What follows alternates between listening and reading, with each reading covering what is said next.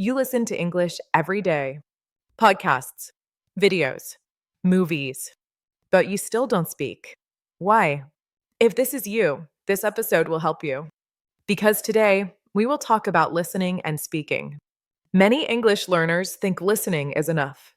They listen more, they watch more, they hope speaking will come. But speaking does not come. Why? Because listening is passive. You sit, you hear, you understand, but speaking is active. You must use your mouth, your brain, your voice. Think about the gym. You can watch gym videos every day. You can understand the exercises. English is the same. Listening helps. Yes, but listening alone will not make you speak. To speak, you must practice speaking. Not perfect speaking, simple speaking.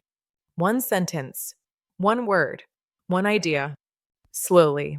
Many beginners wait until they feel ready. But you don't become ready first. You become ready by speaking. And this is what we do here: simple English, short sentences, no pressure, no fear. Now let's practice. Repeat after me. I speak English. I practice every day. I am not afraid. Good. If you want to speak English, you must practice speaking. Listen, then speak. This is Fluentra. Subscribe to the channel, like this video, and continue with the next episode.